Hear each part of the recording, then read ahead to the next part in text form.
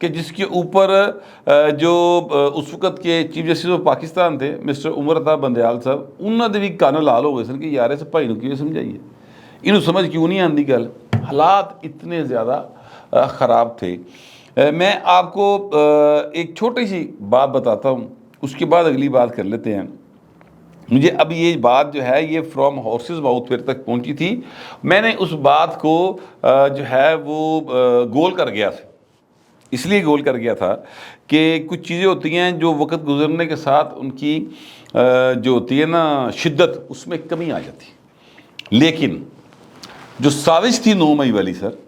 وہ ایویں نہیں سی کی کہ 4 بندیاں نے بیٹھ کے طے کیتا تو ٹر پئے۔ میں آپ کو بتا چکا ہوں، مجھے خود ایک یوتھی نے کہا کہ انہوں نے عمران خان کو گرفتار کیا ہے نا، واٹس ایپ دیکھنا اسی راتی اج کی کرنے ہیں۔ اچھا اب وہ بھائی جی جو پھر ہویا، میں کہا یار پاگلاں نہیں گلاں کر رہے کی ایویں فضول حرکتاں نے، میں کہا گھر بیٹھ جائی نہ کتے۔ لیکن وہ بھائن گئے، آ کے انہوں نے بتایا کہ اسی یہ کر کے آئے ہیں۔ بعد میں وہ پکڑے گئے جو بھی ہوا، لیکن یہ ہے کہ میں کہنا یہ چاہ رہا ہوں کہ وہ سارے کا سارا معاملہ آلریڈی پلانڈ تھا، ٹھیک ہے۔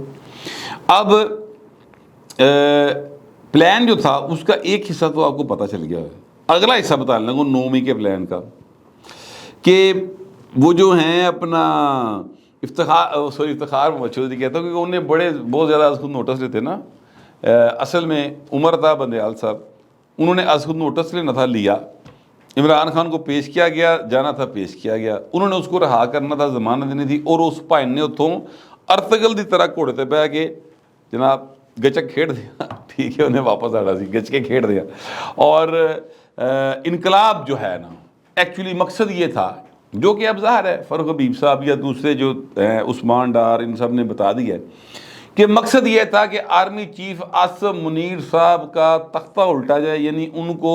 ایز آرمی چیف فوج کے اندر سے مداخل ہو جائے، اپنا بغاوت ہو جائے، تو پوائنٹ ٹائنٹائیں فش تے، اس تو بعد اسی تے جناب میں تے میرا بننا تیجا آوے متھا پنا، اس طرح کر کے سین تھا ان کا، کہ انہوں نے بن جانا تھا، وہ کیا کہتے ہیں خلافت کی باتیں کرتے تھے،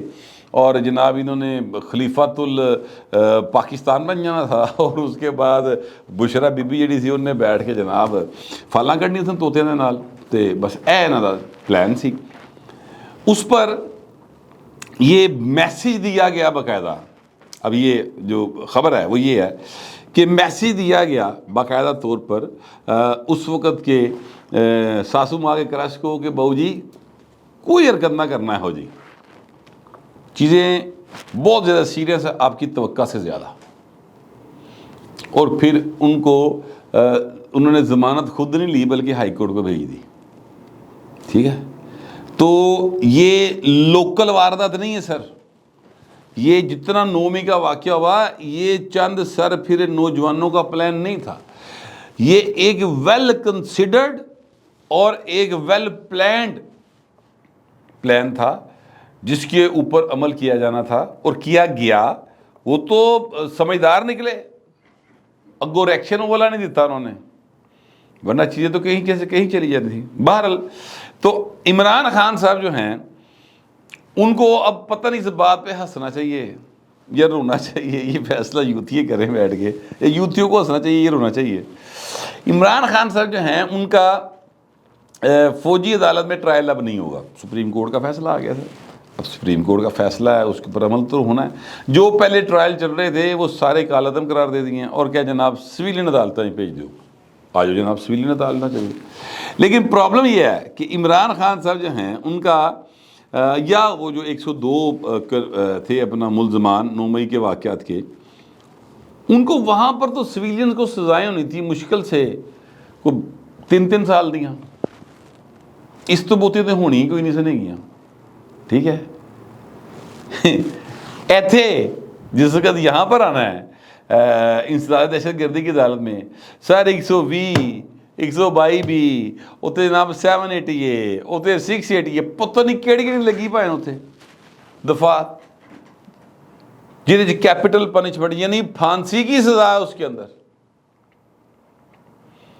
آج میں نے یہ بات پوچھی، عابد ساکی صاحب بڑے ایک سینئر وکیل ہیں، اور وہ حسان احمد نیازی جو کہ اب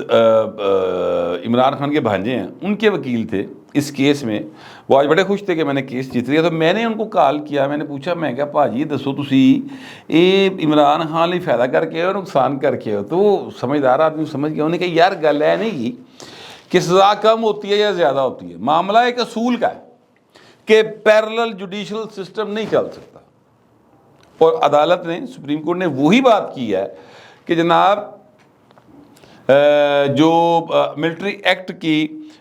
2D1 ہے اس کو آئین سے متصادم قرار دے دیا ہے، اور ساتھ ہی ساتھ انہوں نے کہا ہے کہ جناب جتنی بھی دفعات ہیں جو کہ سویلین کا ٹرائل کرتی ہیں وہ ساری کی ساری آئین سے متصادم ہیں۔ ساڑھی جیت تو ہو گئی۔ اب جو ہیں اپنا سویلین عدالتیں، اس میں سر جو سزا بنتی ہوگی وہ ملے، کوئی مسئلہ نہیں، ثابت ہوگا نا۔ اتھے کہندا بھائن مشکل ہو جانا سی، اگر 3 سال دی سزا بھی ہوئے تو کیوں ہوئے؟ یہ ان کا ایک اصولی موقف تھا کہ سویلینز کا ٹرائل سویلین عدالتوں میں ہونا چاہیے، یہ بات انہوں نے کی۔ ان کا موقف کم از کم 4 ججوں نے مکمل طور پہ تسلیم کر لیا۔ ایک جج صاحب جو ہیں انہوں نے جو آئین سے متصادم قرار دینے والا معاملہ اس کے اوپر اپنی رائے محفوظ کر لی ہے، ہو سکتا ہے بعد میں وہ رائے دے دیں، لیکن فی الحال انہوں نے ان کے 4 ججوں کے ساتھ اتفاق نہیں کیا۔ تو اوورال بات یہ ہے کہ بھائی نے یہ فیصلہ جڑا ہے وہ جو عمران خان کے حمایتی تھے، ان پتہ نہیں حمایتی سن کے مخالف سن، فیصلہ تو بڑا عجیب و غریب ہو گیا نا بھائی، اس پر سے سزا ود دے، تو یہ ان کے حق میں آ گیا۔ آج ہی کے دن عمران خان کے اوپر اور شاہ محمود قریشی کے اوپر فرد جرم لگ گئی پائن، اور سائفر والا کیس ہے۔ سائفر والا کیس کے اندر سر عمران خان کے خلاف ثبوتوں کے ٹیر ہیں، انبار ہیں، بلکہ اطراف جرم پائندے۔ 1 مہینے کے اندر قانون کے مطابق سزا ہونی سر، فیصلہ ہونا ہے، یعنی سزا سے مراد فیصلہ ہونا۔ اب وہ سزا جو ہے وہ ہوتی ہے یا انہوں نے بری ہونا ہے۔ آج فرد جرم لگ گئی ہے، تو وہ آج جس وقت یہ معاملہ ہوا تو عمران خان نے کوشش کی، تو جج صاحب نے کہا کہ پلیز چپ کریں، مجھے اپنا کام کرنے دیں، وہ پھر فرد جرم لگی گئی۔ اب انہوں نے تو ظاہر ہے کہ اس سے انکار کر دیا، لیکن اس میں جو ایک مزیدار بات ہوئی وہ یہ ہوئی، جج صاحب نے شاہ محمود قریشی سے پوچھا کہ شاہ جی وہ منجی لب گئی؟ اب آپ ذرا تھوڑا سا اندازہ لگائیں کہ شاہ محمود قریشی جو ہے نا یہ ایک گدی نشین ہے، ساؤتھ کی میرے خیال سب سے بڑی جو درگاہ ہے اس کے یہ گدی نشین ہے۔ ان کی ایک جھلک دیکھنے کے لیے ہر سال ہزاروں یا لاکھوں لوگ اپنے علاقوں سے سفر کر کے وہاں پر آتے تھے، شاہ صاحب کی جھلک دیکھتے تھے، انہوں نے گلے پیسے پاندے سن، شاہ صاحب کو سونے کے تاج پہناتے تھے، کمیٹیاں پا کے چاندی سونے کے برتن اپنے پیر کو جا کے نظر کرتے تھے۔ اب حالت یہ ہے کہ وہ شاہ صاحب جو 2 دفعہ کے وزیر خارجہ ہیں، انہوں نے کبھی جیل نہیں دیکھی تھی، وہ سر جیل میں ہیں اور 4 روپے مانگنے کے لیے انہوں نے درخواست دی کہ سر سانو 4 روپے دے دو۔ اور جج صاحب نے پوچھا بھاجی منجی لب گئی؟ انہوں نے کہا جی لب گئی، بڑی مہربانی۔ انہوں نے کیا وہ درون جو ہے وہ ظاہر ہے ایک رسی ہوتی ہے، میں صرف یہ بتانے کی کوشش کر رہا ہوں جن کو یہ بات سمجھ نہ آئے، درون کا مطلب سمجھ نہ آئے یا جو ہے وہ ذرا تھوڑا سا سمجھا دوں، وہ ایک رسی ہوتی ہے جو کہ 4 روپے کا جو جال بنا ہوتا ہے اس کے ساتھ لگی ہوتی ہے دوسری، یعنی اسی 4 روپے کی ایک جو ہوتی ہے لکڑی اس کے ساتھ، اس کو ٹائٹ کرنے سے 4 روپے کا جو ہے نا وہ ٹائٹ ہو جاتی ہے، اور وہ بعد میں ڈھیلی ہوتی ہے، پھر اس کو ٹائٹ کیا جاتا ہے۔ یہ ایک عمل ہے جو میرا خیال مہینے میں کم از کم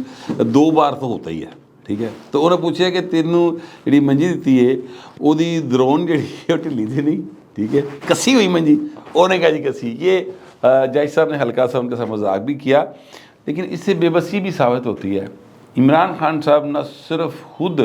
اپنے آپ کو عذاب میں ڈال گئے ہیں بلکہ بہت سے لوگوں کو خود بھی عذاب میں ڈال دیا ہے۔ اب خان صاحب جو ہیں ان کے ساتھ وہ ہو رہا ہے جو خان صاحب نے کبھی سوچا بھی نہیں تھا، کہ جو ان کے حق میں درخواست ہے وہ بھی ان کے خلاف چلی گئی ہیں۔ 1 مہینے کے اندر 1 مہینے کے اندر جو فیصلہ ہے وہ بھی آنا ہے، سائفر کیس میں 1 مہینے کی گل ہے میکسیمم. خان صاحب ایک دفعہ پھر سزا یافتہ ہو جائیں گے, پہلے بھی سزا یافتہ ہیں, پہلے بھی وہ حصہ نہیں لے سکتے, اب مزید ڈبل سزا ہو جائے گی, پھر حصہ نہیں لے سکیں گے. چیزیں جو ہیں وہ کافی سیریس جو ہیں وہ عمران خان کے لیے چل پڑی ہیں, اور وقت کے اس چین چکر میں پائندہ بچنا مشکل ہی نہیں, ناممکن لگ رہا ہے مجھے. بہرحال اللہ تعالیٰ خیر کرے اور اللہ تعالیٰ پاکستان کو جو ہے وہ سلامت رکھے, اور یہاں کے جتنے بھی لوگ ہیں ان سب کو میرے سمیت یہ ہدایت دے کہ وہ ملک کی خدمت کو پہلے نمبر پہ رکھیں, اور اپنی ذاتی پسند ناپسند انا اور اختیار کے استعمال کو